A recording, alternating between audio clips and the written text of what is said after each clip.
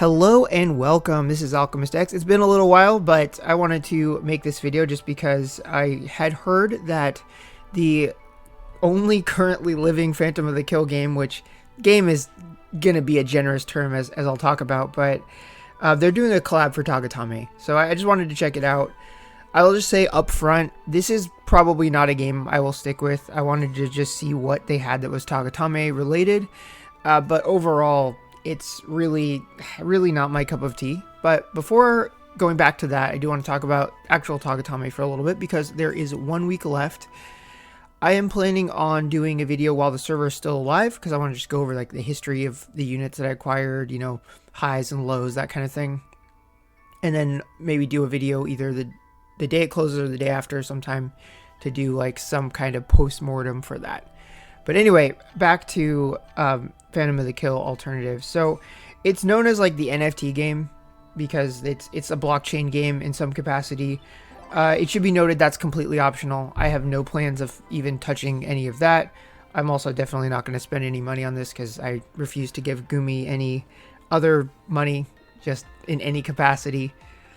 That being said, it is decently free-to-play friendly to the extent that it's a game. It's basically an auto battler slash like number grinder.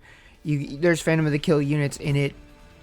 You get them. You can raise levels in a few different ways, like just a linear item, a somewhat RNG stat raising thing where they can go up and down after a certain threshold, and then you also equip items and you level up the items, and they have different ranks and rarities.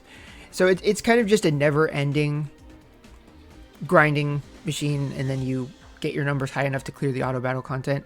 Don't let this fool you right here. The game doesn't really have a story. This is just kind of setting up the framing device for why you're summoning units and doing the various challenges.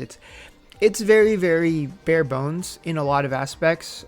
If you played Astra Tarticus, though, a lot of the UI functions are going to be very similar. You can also just play it in English, which does help a lot if you're interested. Mainly, I would say if you are a fan of like Jiro / Rinzo's art, you like, especially if you like Phantom of the Kill designs, then this might be something for you to do just because it doesn't really need a lot of your time. But I can't really endorse it as being fun per se, just because there's not a lot to it. Like what you are seeing on the screen is pretty much the majority of the battle system. And so because it's purely auto, and also it has an idle function too, most of the work that you're doing is just going into preparation and setup. It's definitely not... I mean, I would have preferred them having an actual strategy game, but if you just need a medium to appreciate Rinzo's artwork, then it could get the job done for that. But for me, as much as I do like Phantom of the Kill, I even got an art book for it one time I was at a convention. In general, I'm mostly here for the Tagatame stuff, and will probably be gone once the Tagatame collab ends, assuming I can make it all the way through the Tagatame collaboration itself, because it has multiple parts.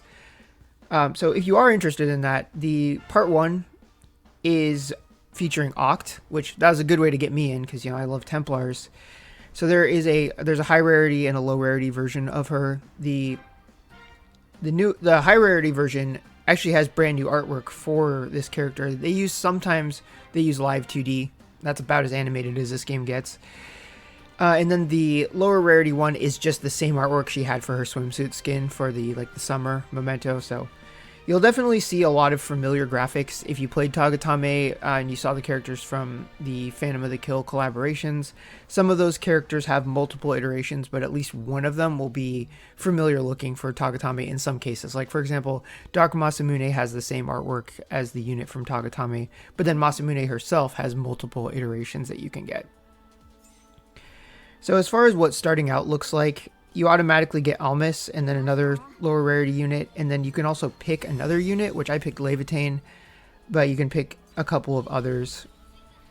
They have weapon types, which mostly affects your equipment, and then elements, which affects damage, and then they also have like stat types, like I'm a strength type, I'm a dex type.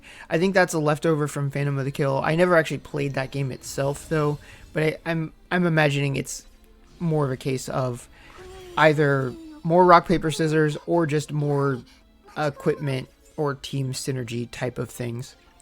I haven't unlocked the things that are like the synergy skills, but they do exist. But otherwise, that's pretty much the core of the game.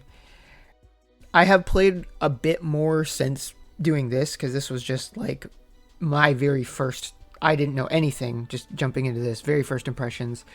But at the time of this recording, this was like a couple of days ago, so I've had some time to learn a bit more, but there's not really a lot to learn. Pretty much everything that I explained is the game. You can pretty much just red dot notification your way to victory, and that is going to be that. So basically, I wanted to put this out just, you know, to spread the word that, you know, if you are just the kind of person who just cannot get enough Tagatame related stuff, this is a thing, even if it's not particularly engaging. And also just to give that reminder that there's about 1 week left, and I'm working on my final Tagatame stuff. And then just real quick about Sword of Convallaria. I haven't forgotten it, but I do want to wait until after Tagatame is done before focusing on it again. I did get August though while he was around, so I finally got my second legendary breaker. But yeah, that is pretty much it for this video. I just wanted to point out that this game is a thing if you can't get enough Tagatame, although it's definitely not a game I really see myself sticking with, but if this is your cup of tea, then definitely enjoy, and I will see you all next time.